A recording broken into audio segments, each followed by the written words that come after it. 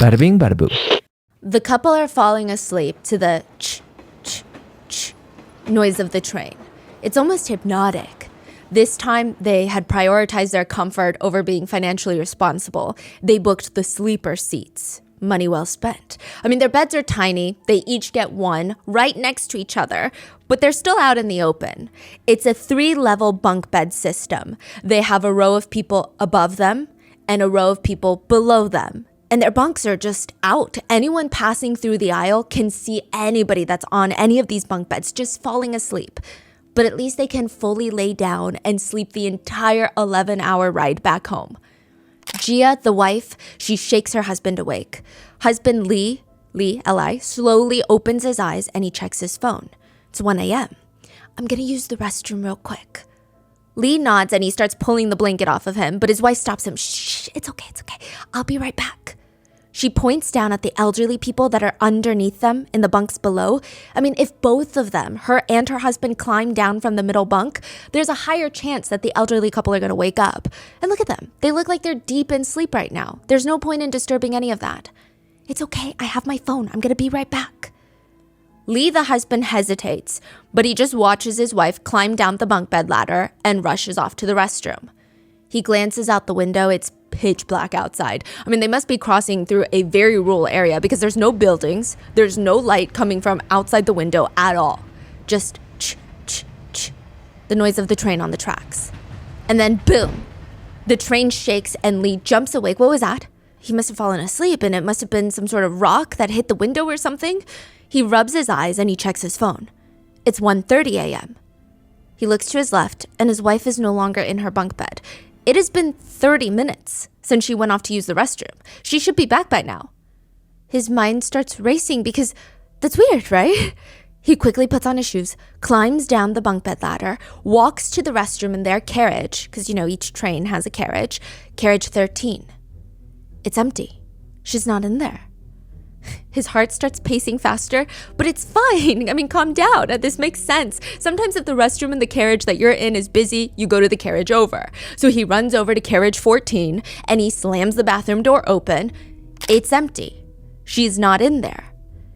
He does this with carriage 15 and as many restrooms as he can before he feels this intense panic, this tightening in his chest. He runs all the way to the train conductor's cabin and he starts banging on the door.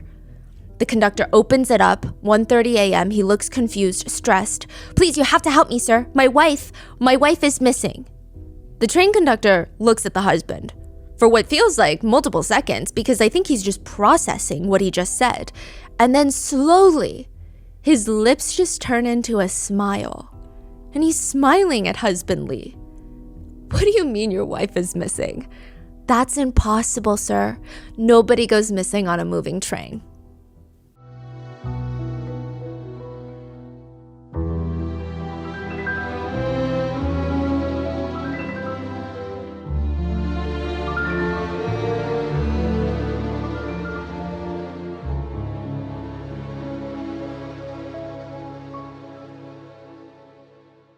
We would like to thank today's sponsors who have made it possible for Rotten Mango to support the Amputee Coalition of America.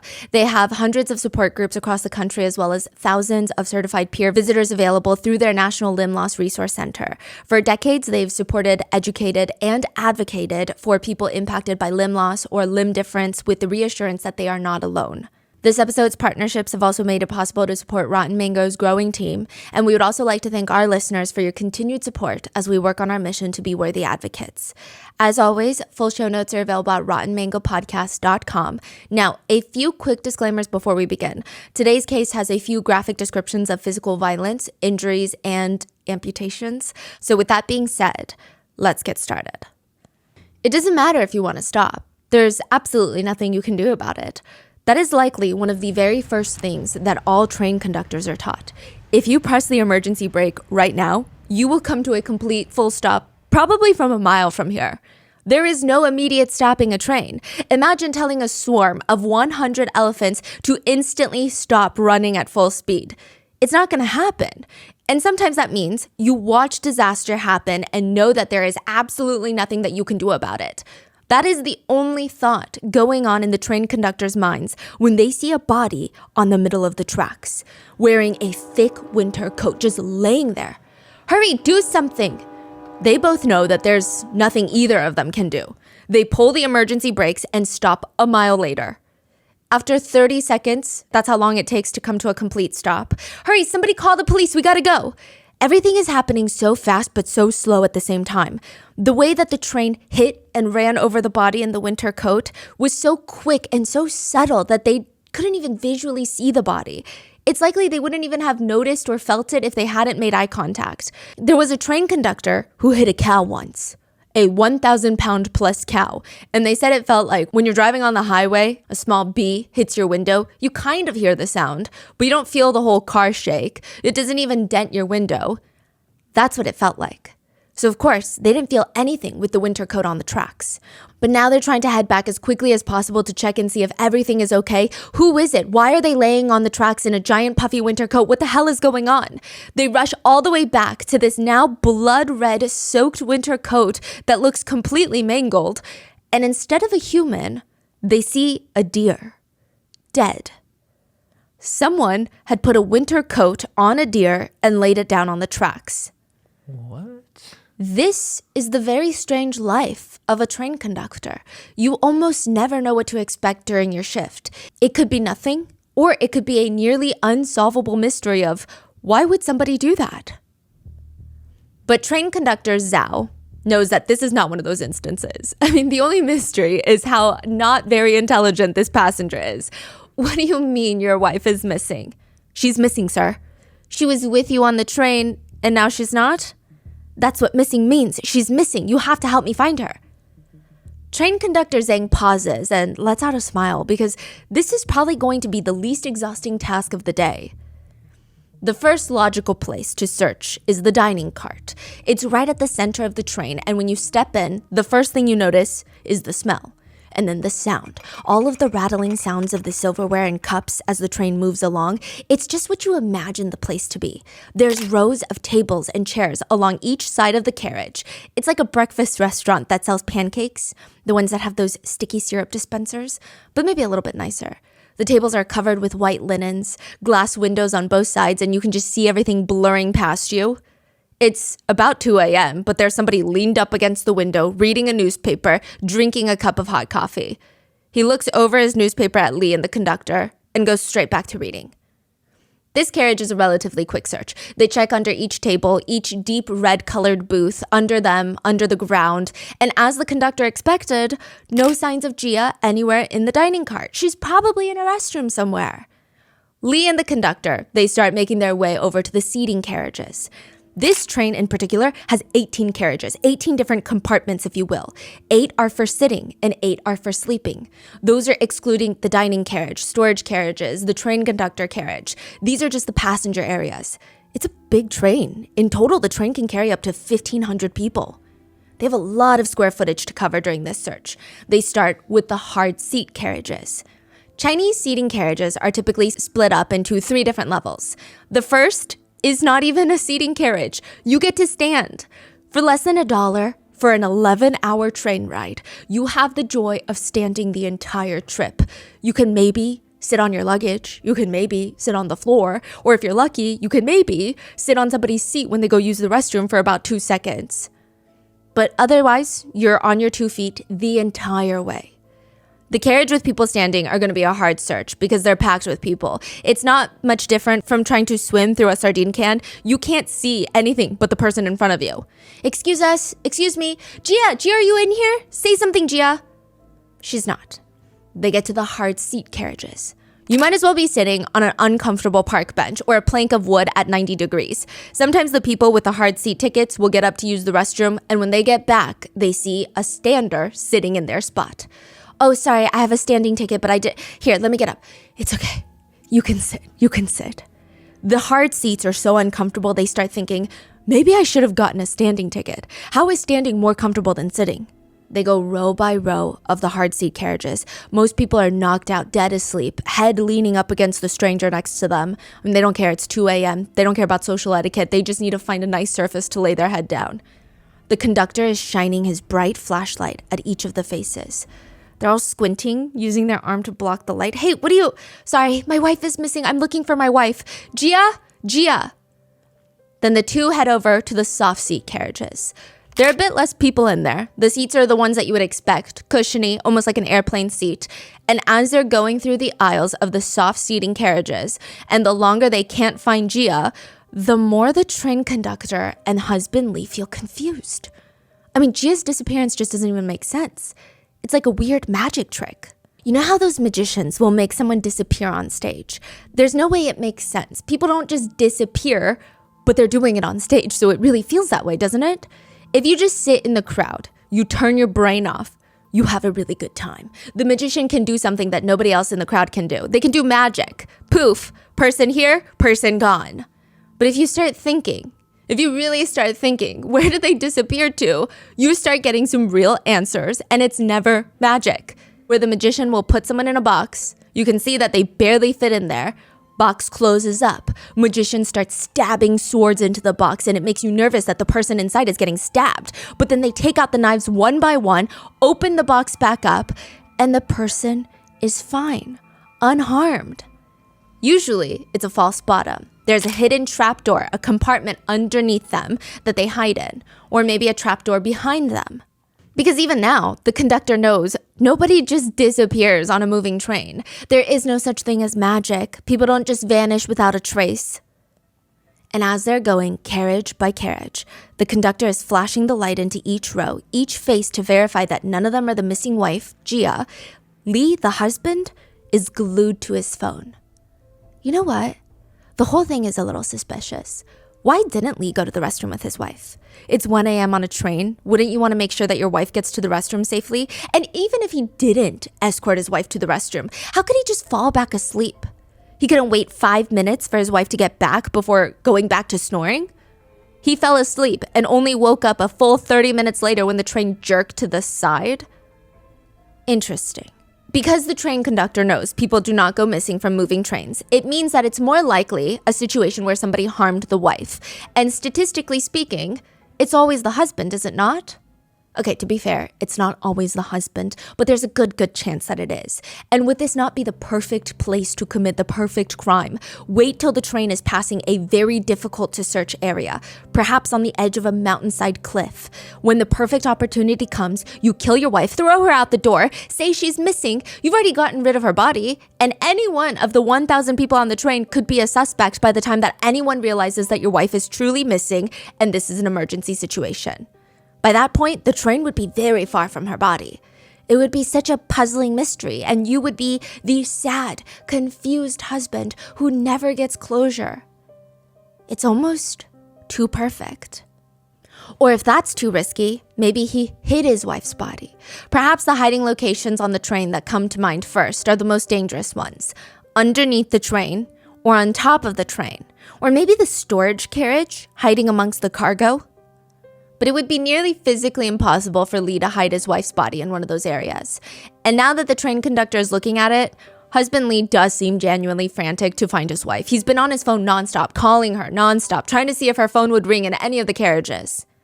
Gia, the wife, can hear her husband calling her phone nonstop. It's ringing again and again. And there's probably not even 2 seconds it hadn't been ringing in the past, God knows how long. She knows it's her husband because she had set his ringtone to a custom one, and now it's just painful to listen to. Gia's laying there, not moving towards her phone. She knows it would mean a lot to her husband if she could just pick up the phone and tell him where she is, what happened, or maybe even why. Maybe he could get some semblance of closure in that way. But she's not going to pick up the phone. Not yet, anyway. So he's just going to have to wait, doesn't he? She can't come to the phone right now. The train conductor is looking at Lee, making nonstop phone calls to his wife, which maybe she can't come to the phone right now, and maybe she can't be found on this train because she was never on the train to begin with. Are we even sure that husband Lee got on the train with his wife? Her purse is conveniently missing because she took it with her, but maybe she never got on the train. That seems like a logical explanation to all of this than vanishing on a moving train. I mean, think about it. There's over 1,000 people on this train right now. What are the odds that at least one of them has lost their minds? Maybe husband Lee just genuinely believes that she was on this train with him, that she boarded with him, but he's traveling alone. There was a movie called Flight Plan that came out a few years before this incident. Have you heard of the movie? No. It goes like this. A woman named Kyle, who happens to be an airline engineer, she boards a flight from Berlin to the US with her little daughter, Julia. It is a very rough trip for the both of them. They flew to Berlin to claim Kyle's dead husband's body. Yeah, the husband died. He's mysteriously dead. And now they're bringing his body in the plane cargo all the way back home to the United States. How old is the baby? The girl in the movie is maybe 7 years old. Oh, okay. Now, Kyle obviously is not in her right state of mind. She just lost her husband, the father of her child, Julia. So when the plane takes off, she decides to take some anti-anxiety medication. She ends up knocking out. When she wakes up, her daughter, Julia, is gone. Kyle starts freaking out. She alerts the flight crew, very much like how Lee alerts the train conductor, and they drop everything. Well, everything but flying the plane, of course. They drop everything to help her find her missing daughter. But slowly, Kyle can feel the flight crew. They're getting distracted. They're not trying to help her. They're not making eye contact with her. What the hell is wrong with you people? My child is missing. We have to find her. Ma'am, you boarded alone. Julia, your daughter, is not on the plane's manifest. She is not a passenger on the plane. No, that can't be true because your records are incorrect. Ma'am, I'm so sorry. They aren't. We spoke with the authorities in Berlin. Your child, Julia, died in Berlin with your husband. You must be in a state of shock and grief that your brain is not processing the information. You might be hallucinating. Kyle almost believes them until she sees a tiny heart that her daughter drew on the plane's window when it got fogged up. And now she's on a mission on this plane in the air to prove that her daughter has been kidnapped on a plane, on a moving plane. In the end, at the end of the movie, Kyle is able to prove that her daughter was very much real and did board the plane. What? Then why did they lie to her? Why did everyone lie to her? It was a ransom. Shady people doing shady things, trying to frame her for ransom. But her daughter is very much real and very much on the plane. So the theory that husband Lee had just lost his mind and believed he boarded the train with his wife but didn't, it's quite easy to prove because he is able to show the train conductor his wife had a ticket and was seen boarding the train by the neighboring bunkmates. They all saw her before she went to the restroom, before they all fell asleep. So yes, she was on this train. And right before she went missing, they had been on the bunk asleep, and nobody has seen her since then. The train conductor and Lee start combing through the sleeping carriages once more. This is technically where Gia, the wife, was last seen, so they want to be extra thorough. This is her bunk, right? Yes. Huh, I see. On this very specific train, the K2011 Express, the bunk bed carriages, the sleeper carriages, if you will, have 6 beds per section. In each section, there are 3 rows of 2 small, tiny beds facing each other. The top, the highest 2 beds, they have the least amount of space. If you try to sit up, you're not going to be able to without crouching your neck or slamming your head on the top of the train. It is the brightest, which is one of the biggest setbacks. Even when the train turns down the lights at night, you're going to get the most light pollution since you're at the top. However, it's great because it's secluded. Passengers say if you bring a book or you bring your phone with full battery, because there's not a lot of outlets up there, that's the best bunk. Nobody's going to bother you and you're out of the line of sight by people who walk down the aisle. Nobody's that tall. Then you have the middle bunk. It probably comes shoulder height to people who are walking past in the open aisles. So if you're wearing a dress, you'd do best to cover it with a blanket. It's great if you're a scenery person. It's the only bunk with good views out the window. You can't really sit up still, but you can lay there and stare out the window if that's what you're into. It's a little less private than the very top bunk since everybody walking past is, again, eye level with your body, just about. But it's easier to get in and out of than the top bunk. Then you have the very bottom bunk. It's actually the most spacious of the 3 levels, and it even has like a small, nice table on the side that you can use. You can also fully sit up straight, so the choice to sit or lay down is fully yours. It's also relatively dark since it's covered by the top 2 bunks, which, why wouldn't everybody choose the bottom bunk then? More space, the choice to sit or lay down, it's dimly lit, you have table space. The main drawback is a lot of strangers on these trains will just sit on random people's bottom bunks to sit and chat with each other. They could even, if they wanted to, snatch your belongings. Or perhaps even you? Husband Lee and Gia are not at the bottom bunk. They're in the middle. But maybe somebody saw Gia laying in the bunk and started having very bad thoughts. Maybe they thought that they could do something to her. Maybe she was kidnapped by a stranger on the train for very sinister reasons. But if that's the case, where are they hiding her? Gia is laying there. The floor is cold, but she knows she can't move. She's tried. Even if she wants to, it's not working. It feels like she's tied down to a bed of steel nails. If she had known this was going to happen, would she have still taken the same route back to her bunk bed from the restroom? Would she have even gone to the next carriage's restroom? Or would she have just waited in line to use the one closest to her? The one closest to her husband? I mean, if she did, would things be different? Probably. She probably wouldn't be in the situation right now. Everything would probably be different. And right now, nothing is going according to plan. But there's no time to think about that. She feels the blood dripping down the lower part of her body, and she starts screaming as loud as she can. Please, somebody help me. Someone help me, please. Honey. Husband Lee is slamming his fist on the bathroom door. He never had a chance to check this restroom for his wife. And now that he thinks about it, was this restroom locked since Gia first went missing? Everyone in carriage 11 is knocked out asleep, but Lee could not care less. He's banging on the door, screaming, Gia, are you in there? Gia, open up, please. It's me. Gia, open the door. Are you in there? Lee has all sorts of probabilities running through his mind. Gia's not great with motion. Maybe she got motion sick and fainted in the restroom, and now nobody can help her unless they get this damn door open. He starts jiggling the handle of the door, trying to use brute force to get it to open, and it's not opening, and the train attendant walks over and starts unlocking the door for Lee. Maybe he could see the desperation in Lee's face. Is anybody in there? Please speak now. We're going to unlock the door. We will be opening the door now. Please knock if you're not ready. Before the attendant can unlock the door from the outside with a key, they hear click. Someone is inside the restroom. They're unlocking the door. The door creaks open just a crack, and a middle-aged man, squeezes past the door and closes it behind him. As he walks away, he does not break eye contact with Lee. He just smirks as he zips up his pants. What the hell did he do something to his wife? Lee, his heart is beating out of his chest. He turns back to the bathroom door, slams it all the way open, and inside, on carriage 11, is a very normal bathroom. Gia is not there. 1,000 random strangers on the train. It's a numbers game. How many of them have bad intentions? Once the train is in motion, the passengers are isolated from the outside world. If there is a killer, if there is someone trying to do something nasty on board the train, you're stuck. You're trapped with them. And the scariest part is you don't even know who that would be. Adding to the confusing mystery is to harm Gia, to get rid of her body from the moving train, or to hide her body so thoroughly that the train conductor cannot find her. It would require some preparations, some planning. This does not seem like it would be a very easy random crime to commit. She's not exactly a prime target either. She's a 44-year-old mother who is traveling with her husband, works as a manager for a toothpaste company. It's not like they're very wealthy and have a lot of money for ransom or a lot of things to be stolen from.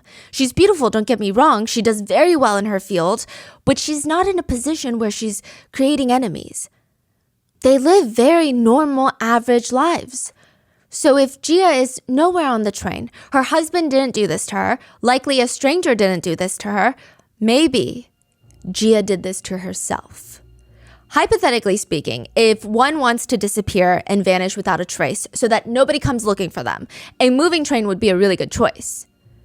If Gia were to vanish at work one day, everybody would be out in her hometown in the city searching for her. Neighboring cities would be on the lookout. Her case might even go viral on social media. But if she vanishes on a train, it would be such an unsolvable case that people would not be actively searching for her face in a sea of people out and about in everyday city life. They might look for her in the mountainside where she was last seen. And the steps to faking one's disappearance are very straightforward. They're pretty easy. It's uncomplicated. First step, don't get caught. Second step, don't forget the first step. It's not like it hasn't been done before. One of the most famous disappearances takes place on a train, and that is of Louis Le Prince, a French inventor. He actually created the very first motion picture photography, aka this man invented movies. He boarded a train from Dijon, France to Paris, France, and while on that train, he disappears without a trace. His vanishing, it feels very similar to Gia's. It feels like a magic trick. Even all of his luggage is gone, but there is proof that he did indeed board the train. So where the hell did he go? When the train gets to Paris, there are extensive searches to locate Louis Le Prince, and they come up with nothing. They never found him, nor his belongings. It's like a magic trick. He vanished off the face of the earth on a moving train.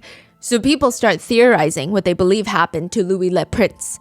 One of the theories being, if this man is so smart, he can create the first motion picture, would he not be smart enough to fake his own disappearance?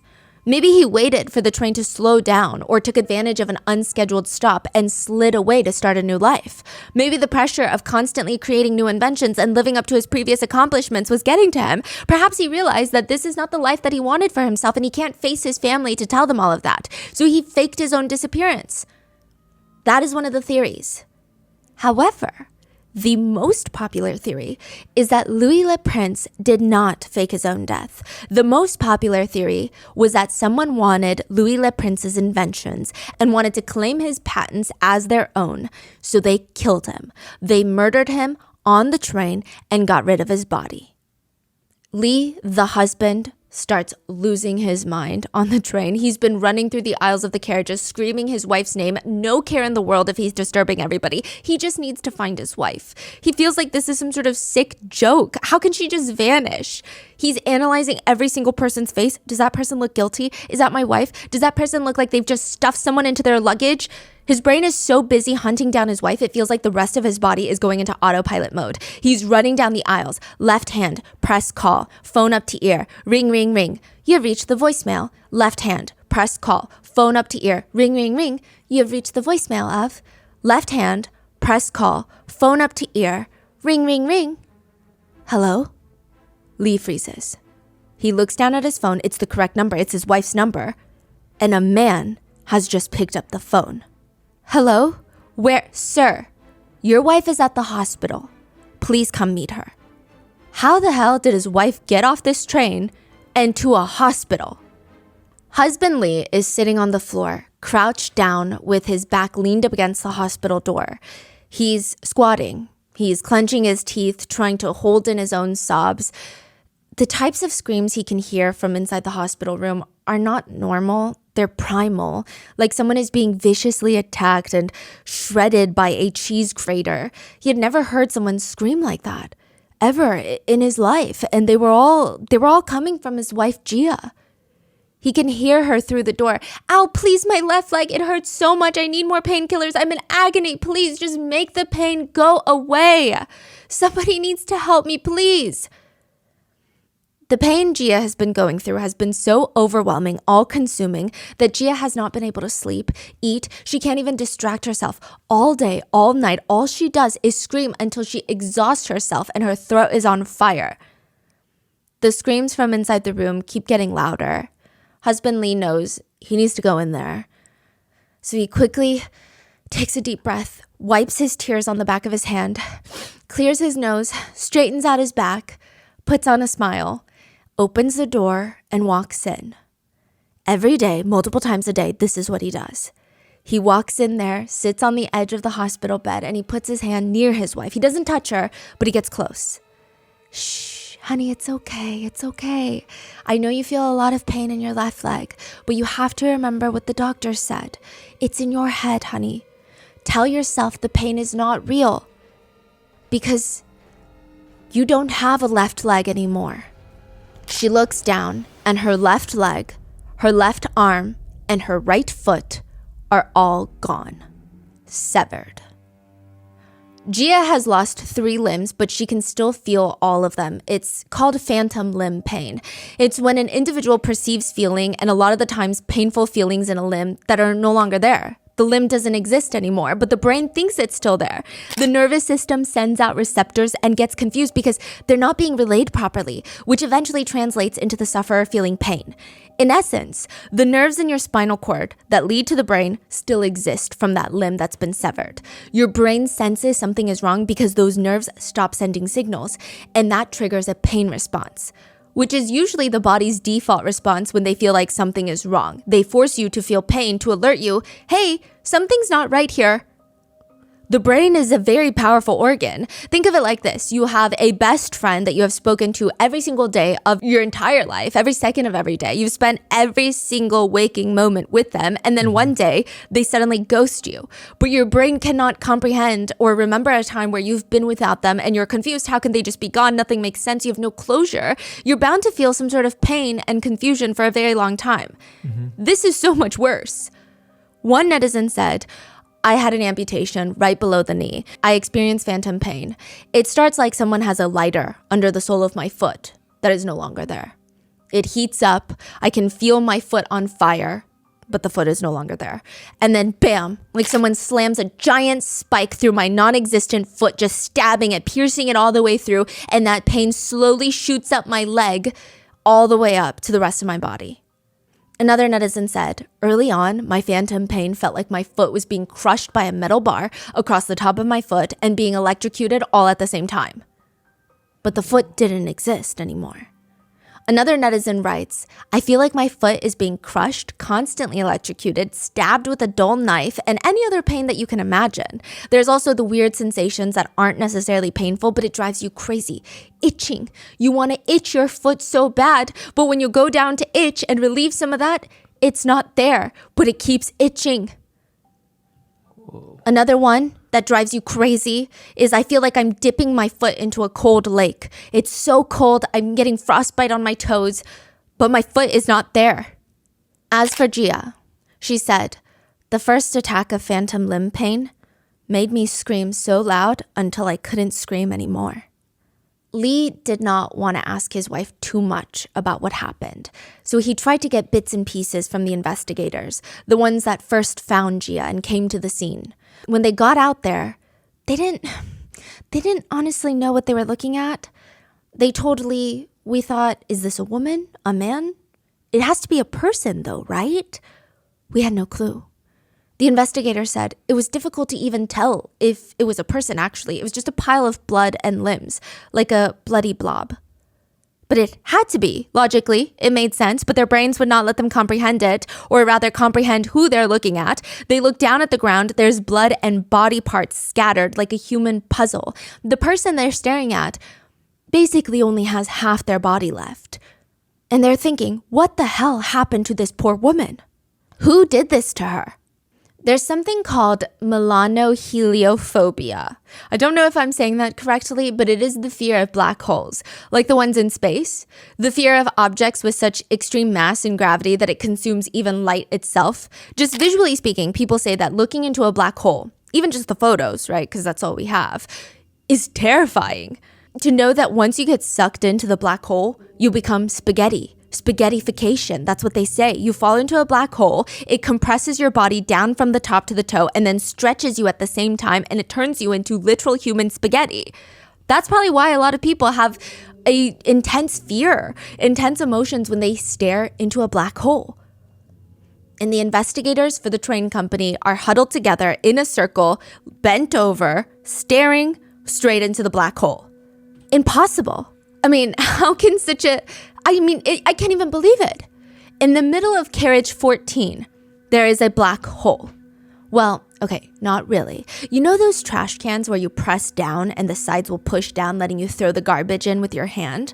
Unless someone steps on this particular spot of the carriage, the floor, the hole does not open up. It's almost like a false bottom, a magic trick.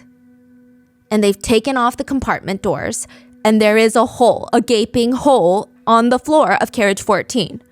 On Gia's way back from the restroom that night, she made sure to keep both feet planted on the ground. Just normal train etiquette, common sense, just in case the train makes a sharp turn that she's not going to end up in somebody else's bunk. But as she's walking back through carriage 14, ready to walk back into carriage 13 where her husband is, the floor underneath her just disappears. A tile of the floor swings open briefly, opening up, and in the blink of an eye, sucks her down into a black hole. She drops down onto the railroad tracks, and she is swallowed by the bottom of the train. Instantly for Gia, everything goes black, and then the pain hits. She can almost feel each wheel going through her body. These are pulled from her court statements.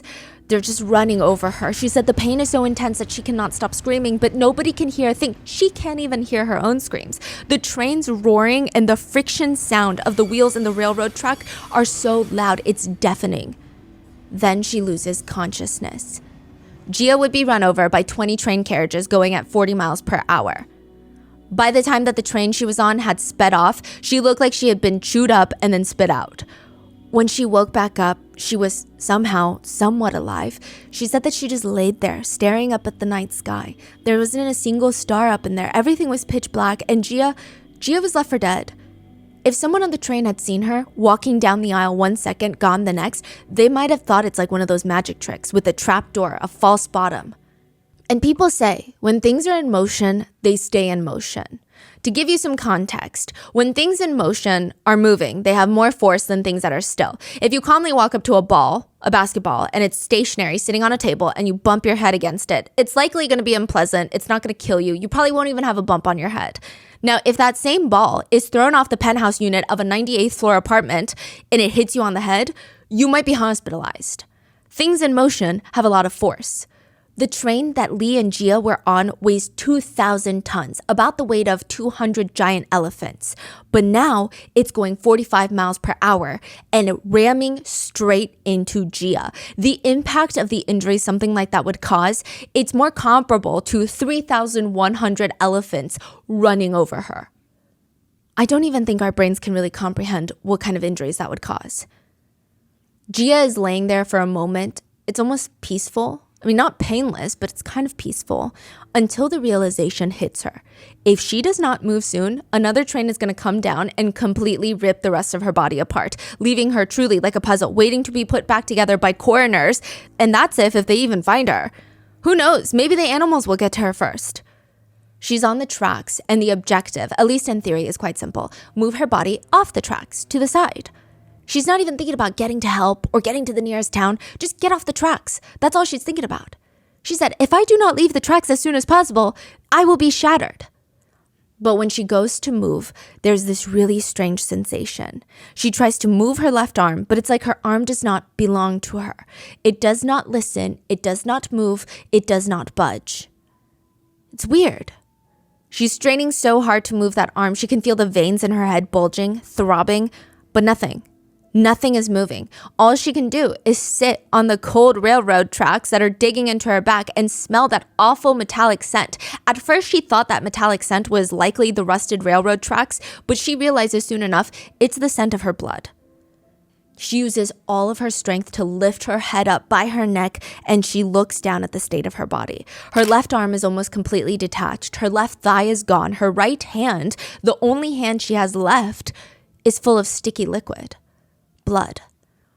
The thought to just let it be is the first thing on her mind. What's done is done. Look at her. She can't even put herself back together. There's no way she's gonna survive. That's what she's thinking.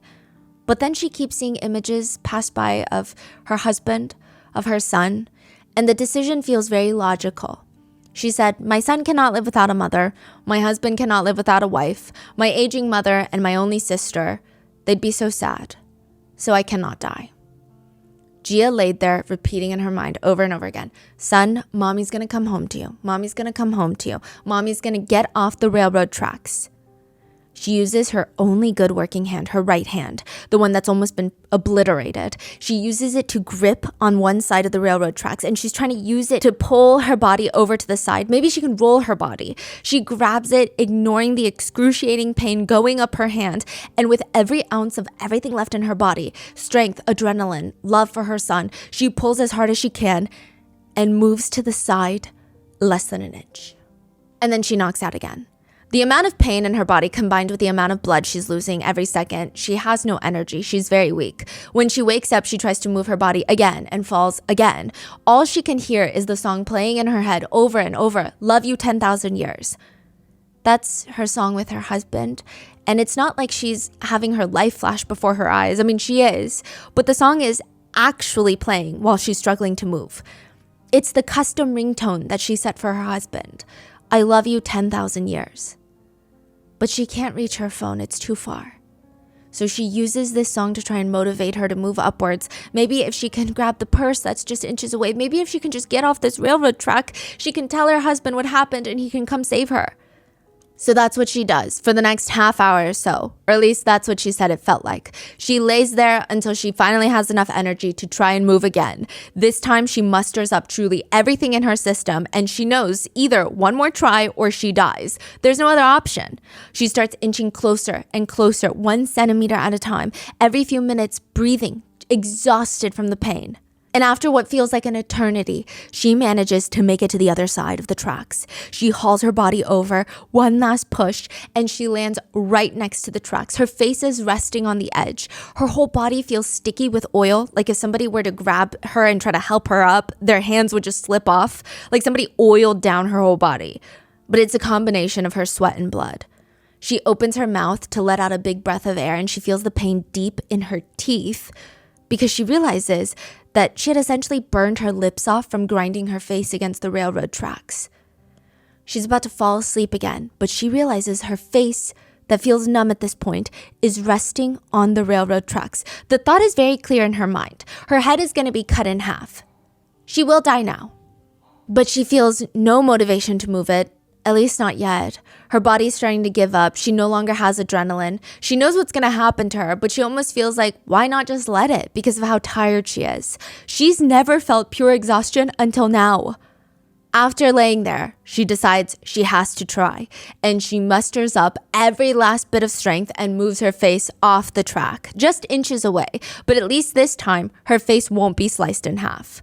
By now, she's in a trance until she feels a vibration. Her whole body starts vibrating and there's a loud roaring sound. She opens up an eye and sees the train heading straight towards her.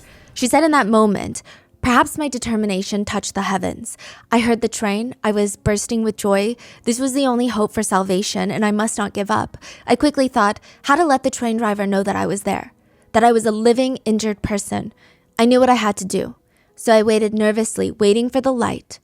And the light comes, shines over her whole body, and she said, I put all my strength I had into lifting my head up as high as I could so that the train engineer, the driver of the train, could see me. And I waited until the lights passed all the way through my body, and then I lost consciousness again. She does get the attention of the train crew. They pull the emergency brake, stop a mile away, run. They run to her side and call the police to come save her. The police initially did not know how to even help her. They didn't even have a stretcher to bring her to the car. So they did what they could. They ripped a door off from their police station, literally ripped it from the hinges, ran back to Gia and used that as a stretcher. They gently placed her on, placed all of her severed limbs onto the doorframe and started running as fast as they could to their cars and eventually drove her to the hospital. They didn't know if she was going to make it. Looking at her on the doorframe, barely conscious, the odds are not in her favor. NASA did a study forcing test subjects to lie in a bed for 3 months at a time. Well, not forcing, but have them lay in a bed for 3 months so that they could learn about bone and muscle atrophy in space. And by the end of the 90 days, most healthy participants could not walk. They had to be slowly lifted vertically, and even sitting up, the blood pressure cuffs hanging off their arms, they had to lay back down. Even just sitting at 90 degrees was too much. They started sweating. It felt like they were going to faint, even though they're just sitting. They're not even walking. But that's just after 90 days. Gia had to lay in that hospital bed for 190 days, and she was fighting, actively dying. She was not even a healthy participant in a NASA study. The entire time, her body is failing. Gia said, my right arm is in a thick cast because it required surgery. I was like a mummy, laying straight on the hospital bed, half of my body gone. I couldn't move. I slept in one sleeping position all night, all day. She continued, I think normal people can't do that even for one night, laying in the same position nonstop, unable to even move an inch. I was lying in that position, the same position for more than 2 months. I couldn't move at all. She had a bed sore mattress at the hospital, which is like an air mattress where air pumps into one section of the bed at a time. So it feels like you're constantly in the ocean. Your whole body is slightly going through wave-like stimulations. It helps relieve pressure on just the same part of your body, which prevents bed sores. But every wave, every air compression made Gia scream in agony. She said it felt like After being run over 20 carriages of an industrial train, it was painful, but it was nothing compared to this, the recovery. Even her right hand, her only hand that she had left, it was skinned raw. They had major injuries. She couldn't touch a single thing. Every time the nurses came in to take care of Gia and replace her bandages, she said she was in so much pain. Even the breathing on her skin would make her scream. This raw, hoarse, guttural scream would escape her body, and the nurses would be terrified of Gia. They didn't even want to make eye contact with her. Gia said that's how everybody was. Everybody was terrified of her. Nobody wanted to make eye contact with her. And the list of injuries, I think if we were to go in depth, we would spend 40 minutes here. In summary, her left arm was completely gone. Her left leg by the hip bone had been completely gone. Her right arm, her only remaining arm, almost had to be amputated. They had to save it because her shoulder was shattered in so many places.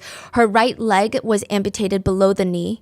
She had injuries to her head. In one part of her head, her scalp was essentially peeled off and her skull was exposed. She lost an alarming amount of blood. She lost almost half of the blood in her body.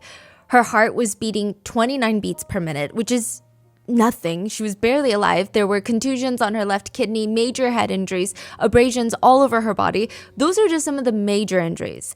There were thousands of minor injuries all listed, making her medical chart one of the longer ones that the doctors had ever seen at the local hospital.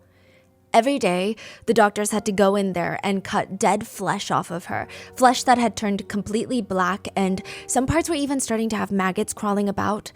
Every day, they would cut it off with a pair of scissors. Gia felt like she had already lost so much of herself. And there they are, taking more bits and pieces of her every single day. Which, speaking of, at one point, she needed a skin graft, but the only healthy or somewhat healthy skin she had left on her entire body was her right thigh. So they took the skin off of that. Obviously, they did this for Gia. It was what her body needed. But just the psychological meaning was not lost. Gia was ripped apart again. Gia said that she would look in the mirror and feel so detached from the person staring back at her. Her whole body was swollen. There were cuts and bandages all over. Only her eyes were peeking out from the blood-stained white bandages wrapped around her face like a mummy. She said that she couldn't bear to even look at herself. She said, and I quote, "When I looked in the mirror, I saw a monster." And even if that's how Gia felt in that moment, she obviously is not a monster. She's a survivor. The real monsters that people believe are the train company, the one that operated the train that she was on when this whole incident took place. Truly, at first, nobody even believed that Gia had fallen through a hole on the train floor. There must be some sort of misunderstanding. Maybe she fell off the train door. In the connecting part of the carriages, maybe the door was open a little bit and she fell through, or maybe she leaned up against the door because she lost her balance, it swung open and she fell out. When the investigators first arrived at the train tracks, the police, Gia had already lost a ton of blood and was on the verge of death. But she told them, "I fell through the center aisle of the train carriage, through the floor." What? How is that possible? Look, please look. I had to get off the railroad tracks myself. If you look, my hands and legs, they're in the middle of the railroad tracks. I didn't cut them off myself and throw them there. Please, you have to pay attention to the scene. Remember everything. My body parts that are separated are laying in the middle of the railroad tracks and I'm laying on the side of the tracks. Please, you have to protect the crime scene so that you can testify for me later. Please.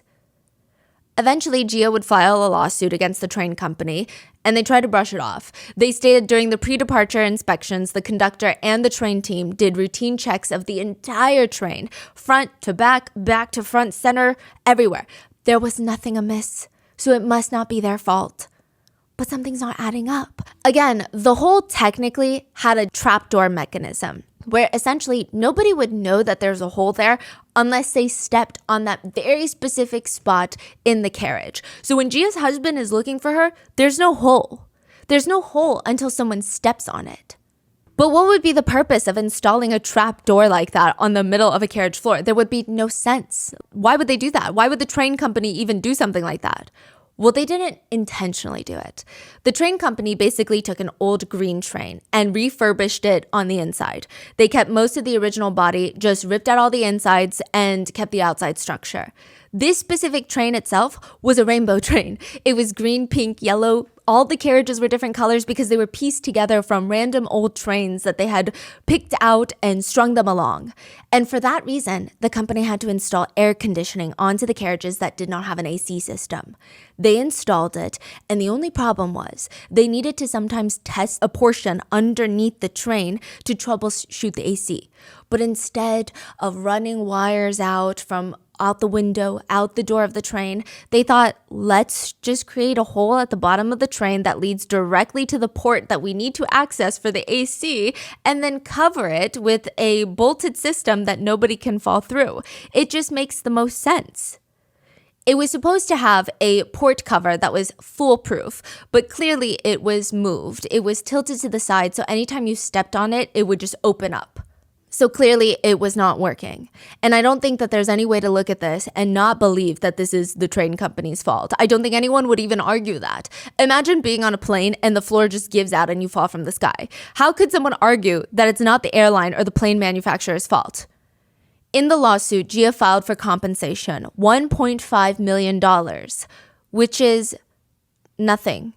I don't think anyone would go through what she went through for $1.5 million. The mental, emotional, physical trauma, the loss of future income. The compensation was supposed to cover medical expenses, disability compensation, employment of caregivers, prosthetics costs, nutritional costs, food subsidies, changing of disability-friendly housing, rehabilitation care, nursing costs, transportation costs, therapy costs, and compensation for moral damages.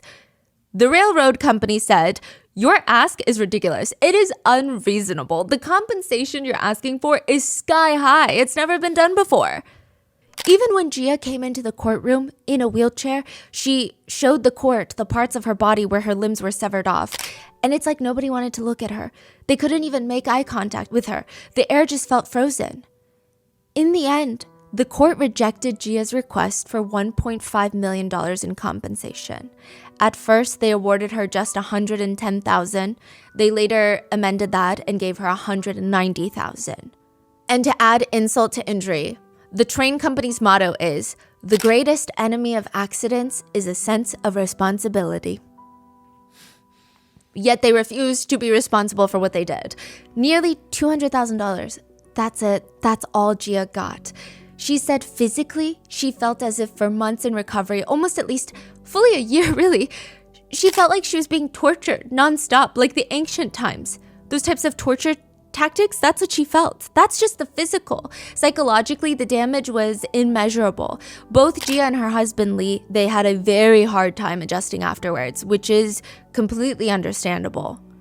Their lives changed overnight. The abruptness is what they really struggled with. Lee said he just couldn't understand how his wife had been so healthy a few hours ago, and now she's not. Now she can't brush her hair, get dressed. She can't even support the weight of her own body. She can't use the restroom when she wants. Do you know how frustrating that is? She said, my life has changed drastically.